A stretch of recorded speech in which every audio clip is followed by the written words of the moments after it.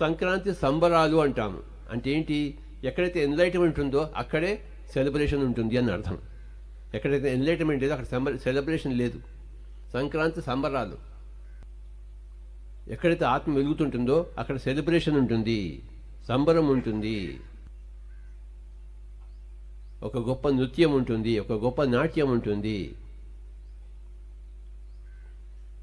ఒక కేళి ఉంటుంది. సంక్రాంతి సంబరాలు. సంబరము అనేది ఆ ఎన్లైట్మెంట్ నుంచే వస్తుంది. ఎక్కడైతే ఎన్లైట్మెంట్ లేదో అక్కడ సంబరమే లేదు, ఏడుపు ఉంది, దుఃఖం ఉంది.